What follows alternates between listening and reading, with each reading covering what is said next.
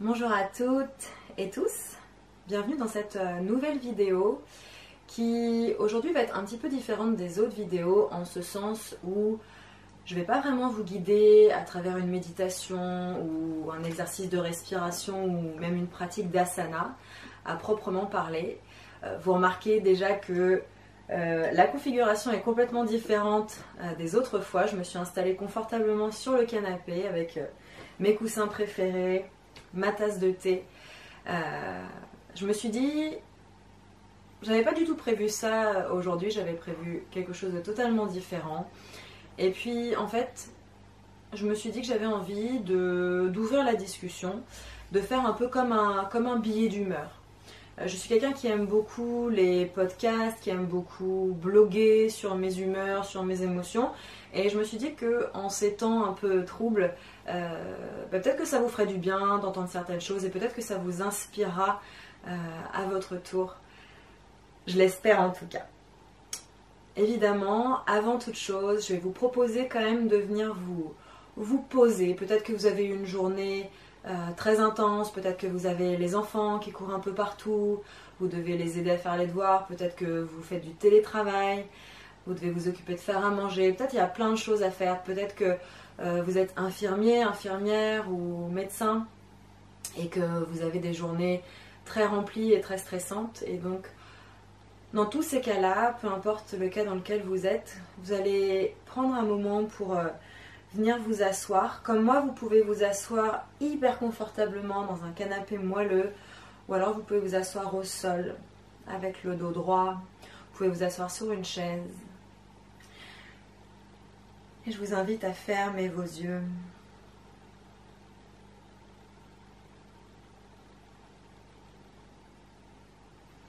Laissez votre respiration se mettre en place naturellement. Laissez votre respiration ralentir.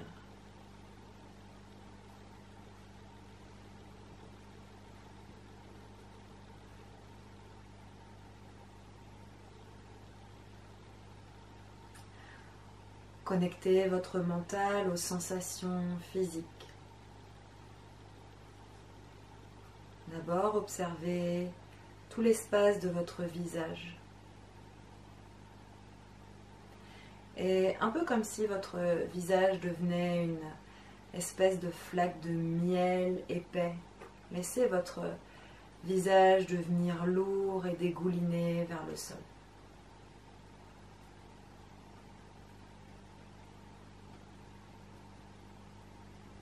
Connectez votre mental aux épaules, aux bras, à la cage thoracique. Et là aussi, imaginez que vous êtes comme enduit de miel et que le poids de cette flaque de miel vous tire vers le sol.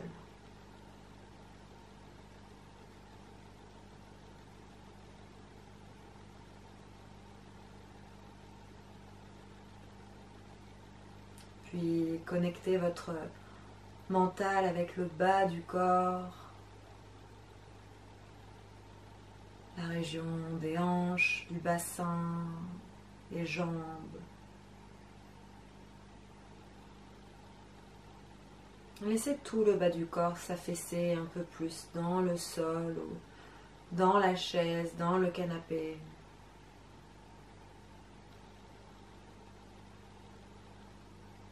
Presque comme si vous fusionnez avec le sol ou le support sur lequel vous êtes assise, assis.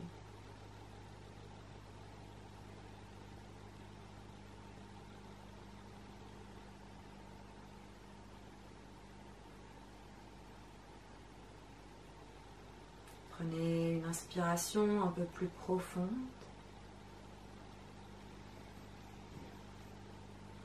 Et expirez naturellement.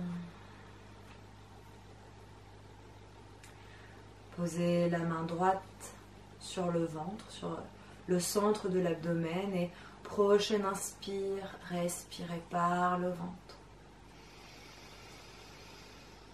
Ouvrez la bouche, expirez. Peut-être laissez aller un soupir. Posez la paume de main au centre de la cage thoracique, au centre de la poitrine. Prenez une profonde inspire, laissez la cage thoracique s'ouvrir. Et tout en haut, ouvrez la bouche, expirez.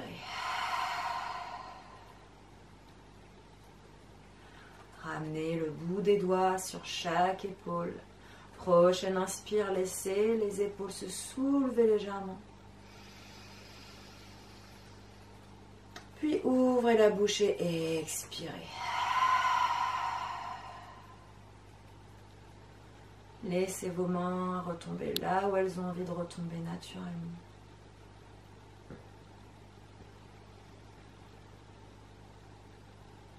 Et juste pour quelques instants ici, autorisez-vous à ressentir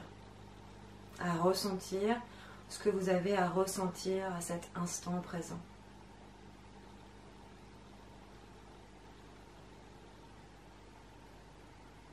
Peut-être que depuis quelques jours, depuis le début du confinement, vous ne ressentez pas grand-chose, ou vous avez du mal à ressentir quoi que ce soit. Et c'est un peu normal, peut-être vous vous sentez un peu anesthésié. Mais prenez-en note.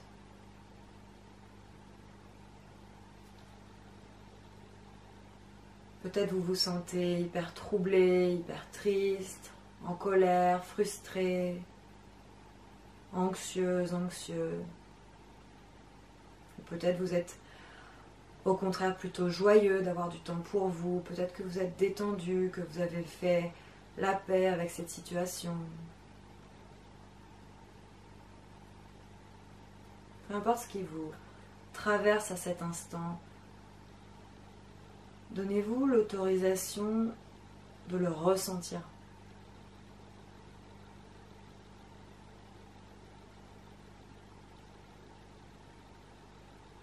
Et si c'est une tension, une colère, une frustration qui est bloquée quelque part dans le corps, peut-être essayer de la localiser et mettez le grappin dessus et dans une prochaine expiration, imaginez que vous laissez aller.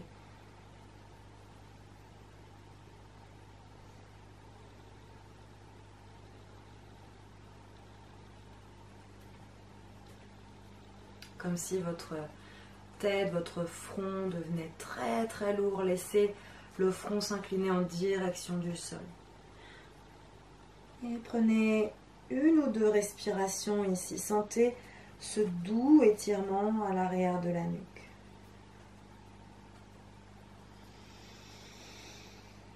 Dernière expire. Et inspire pour cligner des yeux, redresser la tête.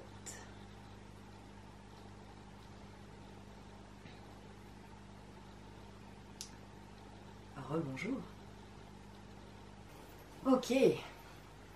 Alors je voulais partager avec vous des petites réflexions ou des grandes réflexions, ça dépend du point de vue, que j'ai eu depuis ce début du confinement.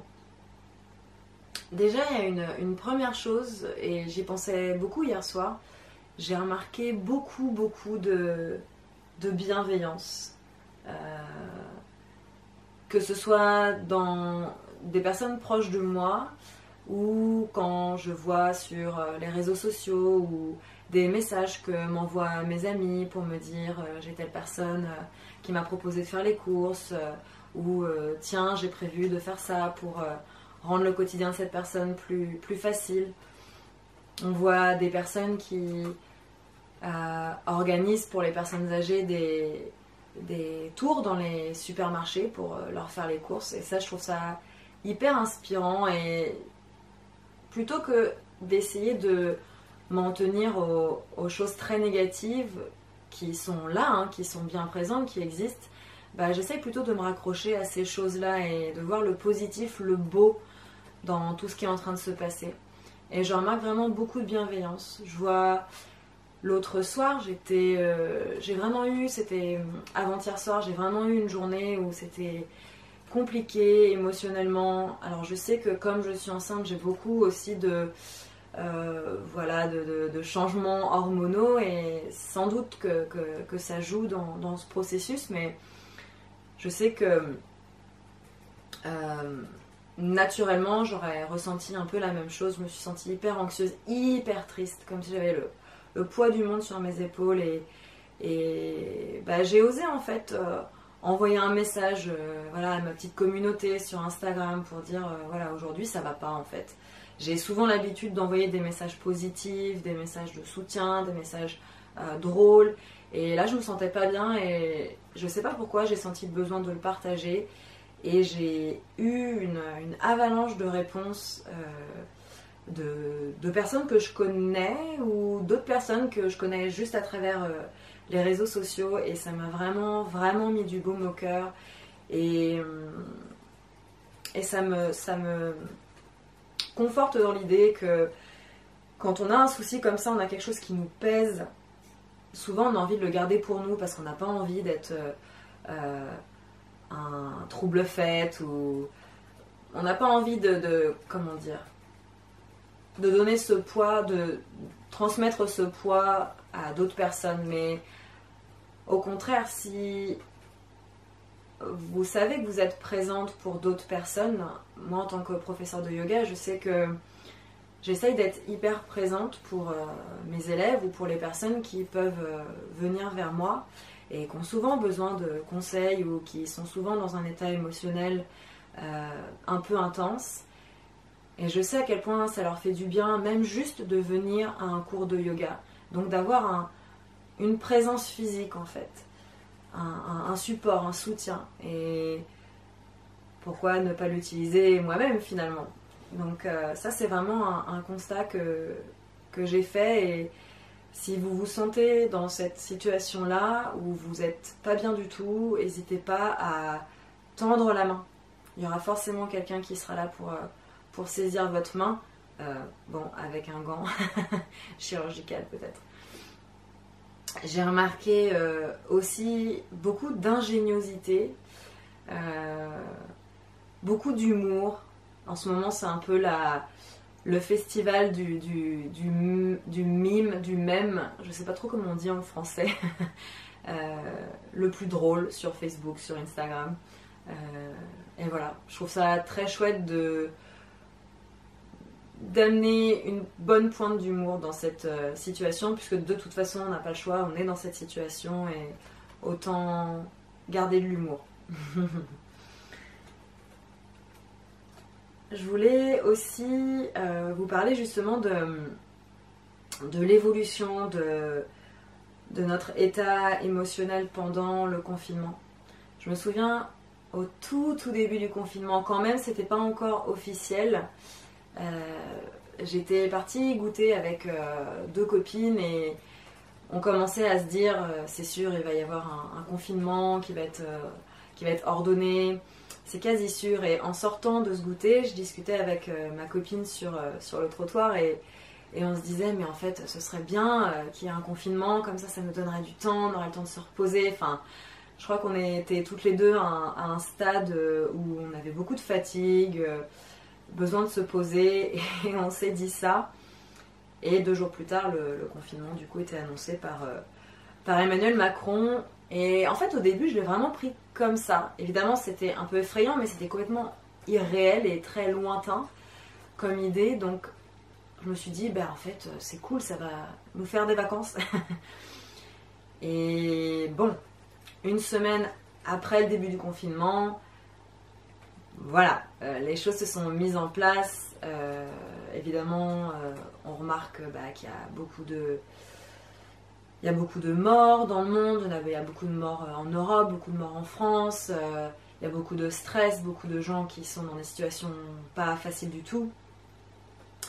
Et pour nous-mêmes, les personnes qui sommes confinées, c'est pas tous les jours facile non plus, parce que non, ce n'est pas exactement des vacances, puisqu'on ne peut pas aller faire un tour à la mer, on ne peut pas aller acheter un bête mot fléché à la maison de la presse. Donc c'est un peu plus compliqué que ça. Et j'ai trouvé ça assez intéressant de justement observer ce processus de mes propres émotions. C'est un peu flippant parce que le fait d'être confiné physiquement chez soi, on a peut-être un peu plus l'impression encore d'être confiné en soi, si vous voyez ce que je veux dire. On est obligé, on est confronté à ces émotions-là. On n'a pas... Il y a des personnes qui télétravaillent toute la journée, qui ont peut-être une charge de travail qui est très lourde, et encore d'autres personnes qui vont travailler. Je pense à tous nos amis soignants hein, dans le médical. Mais pour la plupart des personnes comme moi qui ont soit une charge de télétravail qui est très légère ou qui ne peuvent pas du tout travailler parce que c'est comme ça, j'ai un peu perdu le fil de ma conversation. Ce sont les aléas de l'enregistrement, de la conversation, j'imagine. Mais je ne sais plus ce que je voulais dire. Laissez-moi réfléchir 5 minutes.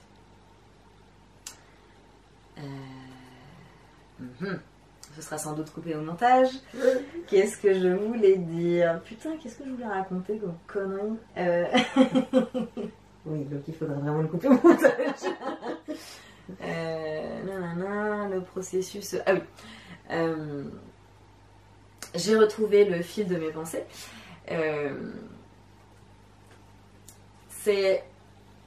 On a vraiment du temps pour ressentir tout un panel d'émotions différentes. Et c'est hyper intéressant pour en apprendre plus sur soi, en fait, je trouve. Moi, j'en apprends pas mal aussi sur ma relation à l'autre, notamment dans ma relation de couple. C'est pas évident du tout de se retrouver confiné avec son compagnon ou sa compagne quand on a l'habitude d'être... de mener des journées complètement séparées. Nous personnellement on a même peu de repas qu'on partage ensemble dans la semaine parce qu'on est en horaire décalé. Donc on se croise finalement et après on passe du temps ensemble le dimanche et des fois le lundi. Et là on est tout le temps ensemble et je me rends compte à quel point je peux me dire mais mon Dieu qu'il m'énerve, mon Dieu. Et c'est pas cool de ressentir ça, c'est pas cool. Et au début je me suis dit mais pourquoi est-ce que je ressens ça? Enfin c'est vraiment pas agréable. Et j'en apprends sur moi et sur le fait que par exemple ça pourrait être intéressant de travailler sur ma patience. Je suis une personne qui est très impatiente et là plus que jamais il me semble important de rester patiente, de ne pas péter un câble dès que mon compagnon dit quelque chose qui va à l'encontre de ce que moi je pense. Okay, encore une fois, c'est ok d'avoir des discussions, c'est ok de ne pas être d'accord et au contraire, c'est beaucoup plus riche. Et je pense qu'on en apprend beaucoup. Je sais que j'ai une amie qui me disait l'autre jour au téléphone que elle se verrait pas du tout revenir à sa situation professionnelle avant le confinement parce qu'en fait, donc elle a une toute petite fille qui vient tout juste d'avoir 1 an et elle fait un job qui la passionne pas plus que ça. Elle y va pas mal à reculons depuis ces dernières semaines, voire ces derniers mois.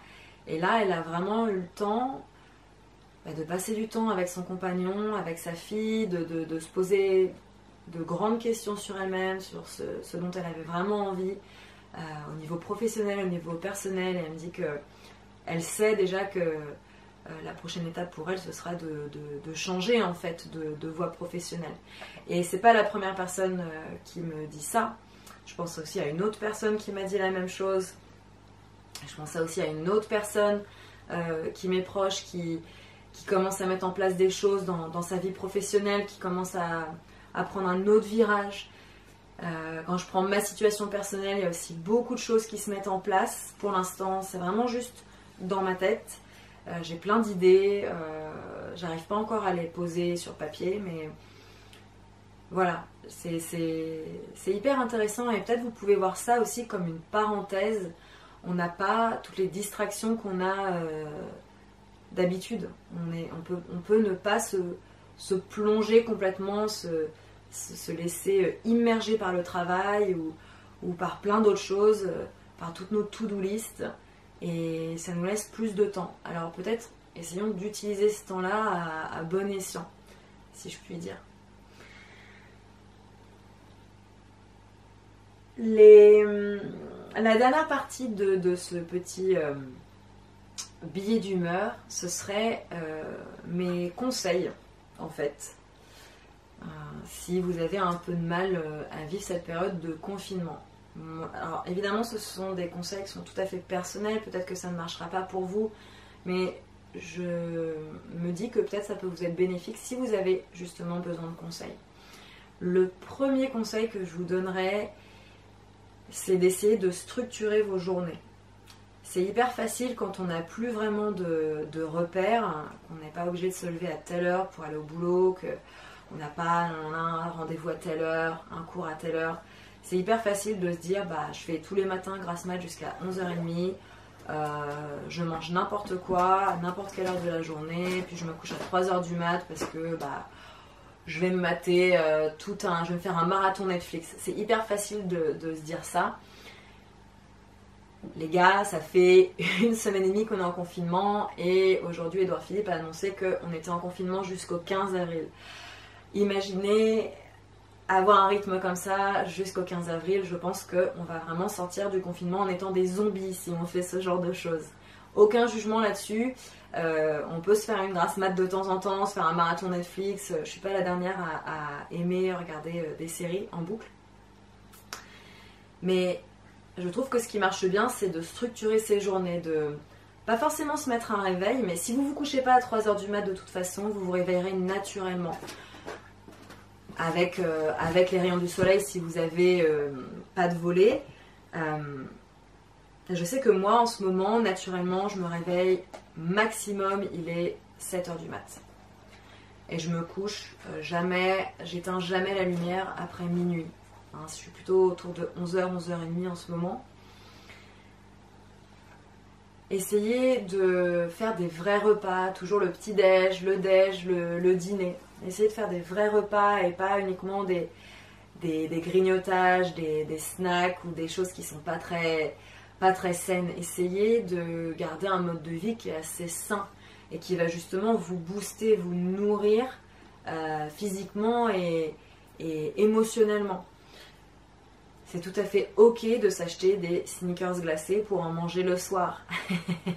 C'est ok de se faire des gros hamburgers et de toute façon, comptez pas sur le confinement pour perdre du poids. Je pense pas que ce soit le moment de faire une détox, de faire un jeûne. Je ne pense sincèrement pas que ce soit le moment pour ça. Je pense que globalement, on va tous avoir pris un peu de poids à la fin du confinement et c'est pas grave, d'accord, ça partira après le confinement.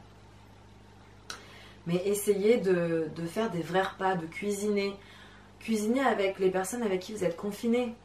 Honnêtement, vous allez voir que c'est vraiment sympa. Et puis ça demande aussi de l'ingéniosité de cuisiner quand on n'a pas forcément l'habitude. Mon deuxième tuyau, ce serait de sortir au moins une fois par jour. Et pour les personnes qui habitent en ville et pour qui c'est difficile parce que sortir, ça veut dire en fait être en bas de la barre d'immeuble et il n'y a rien à faire et vous n'avez pas envie de faire le tour du pâté de maison. Alors peut-être effectivement, ne sortez pas, mais au moins ouvrez la fenêtre et laissez l'air entrer. Laissez les rayons du soleil toucher votre visage. En ce moment, en Normandie, par exemple, il y a quand même un beau soleil et même juste 5 minutes, vous faites un café, une infusion, vous fermez les yeux et vous laissez l'air extérieur rentrer et vous imprégner un peu. Je trouve que c'est essentiel. En plus, si vous n'êtes pas dans un endroit où c'est trop bruyant, peut-être que vous aurez la chance d'entendre un peu les bruits de la nature. Vous entendrez peut-être un peu des oiseaux. Ça peut vraiment être salvateur. Un autre tuyau que je peux vous donner, c'est de bouger tous les jours. Et là, c'est pareil, je ne vous dis pas de faire le renforcement musculaire de la mort tous les jours pendant 1h30. Ça peut être mettre une chanson que vous adorez et remuer dessus pendant 5 minutes. Ça peut être aller faire votre petit jogging autour du pâté de maison. Ça peut être effectivement faire du renforcement musculaire, faire du yoga. Mais bougez. perdez pas l'habitude de bouger. Un autre et dernier tuyau que je peux vous donner, c'est de passer du temps avec les personnes qui sont confinées avec vous. Et quand je dis passer du temps, c'est vraiment passer du temps. Vous êtes peut-être confiné avec des personnes avec qui vous ne souhaitiez pas forcément être confiné, mais profitez de ce moment-là justement pour connecter avec ces personnes. En ce moment, il faut qu'on revoie complètement notre manière de voir notre vie sociale, puisque on ne peut pas sortir, on ne peut pas aller boire un verre, on ne peut pas se faire un cinoche, on ne peut pas, voilà. Donc autant profiter des personnes avec qui on est. Et même si c'est super important d'avoir des plages de temps dans la journée où on est tranquille, où on est seul, où on fait ses propres trucs, autant je trouve que c'est important aussi de se retrouver. Ça peut être pour cuisiner le repas tous ensemble, pour boire un verre justement, prendre l'apéro, pour se regarder un super film ou un super documentaire. Ça peut être juste discuter à des moments de la journée, prendre les repas ensemble. Ça c'est vraiment chouette. Voilà, je trouve que ça c'est vraiment un moment de ma journée qui fait du bien aussi, parce que sans connexion avec l'extérieur, c'est quand même plus difficile. Hein. On sent que le mental a plus de mal à rester stable. Si vous êtes confiné tout seul, toute seule, plutôt que d'envoyer des textos à tout va, peut-être essayer de faire un FaceTime avec des amis, de la famille, ou des messages WhatsApp.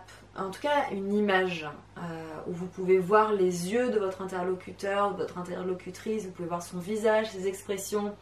Il y a beaucoup plus de connexion de cette manière. Je sais que moi, j'apprécie beaucoup les messages vidéo WhatsApp, en fait. Même enregistrés, mais j'aime beaucoup voir le visage de la personne. Voilà. Surtout, ça fait longtemps que je ne l'ai pas vu, ça me fait vraiment très plaisir. Voilà ce que je voulais vous dire. Une autre petite chose que je peux vous conseiller, ce sera la dernière. J'étais en train d'écouter le podcast de Rachel Brayton, qu'on connaît plus sous le pseudonyme Yoga Girl, qui a donc une chaîne YouTube, qui a son podcast tous les vendredis. Et j'écoutais son podcast et elle a créé sur son site internet yogagirl.com un challenge qui s'appelle le 30 Days of Space, donc 30 jours d'espace. Si vous maîtrisez bien l'anglais, je vous invite vraiment à aller voir sur son site internet. Elle met chaque jour une ou deux, je crois peut-être même 3 vidéos gratuites. Je sais qu'il y a une astrologue qui donne l'horoscope chaque jour, il y a une méditation, il y a une pratique de yoga. Donc ça reste juste 24 heures gratuitement en ligne. Après vous pouvez prendre un abonnement payant. Et elle donne aussi chaque jour des pistes, des clés pour écrire dans son journal. Si comme moi vous aimez bien écrire dans votre journal, elle donne chaque jour pour 30 jours, les 30 prochains jours, des clés pour écrire dans son journal. Donc voilà, ça peut être aussi un bon tuyau pour vous. Voilà, on arrive au bout de ce billet d'humeur.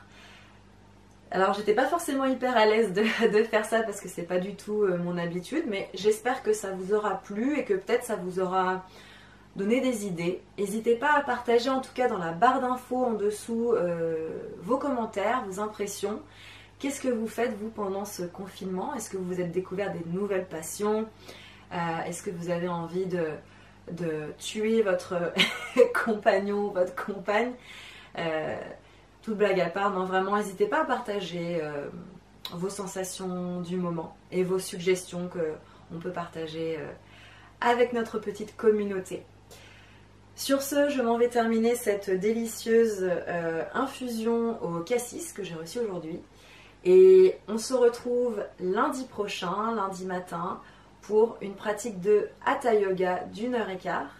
En attendant, je vous fais des gros bisous, prenez bien soin de vous. Bye bye!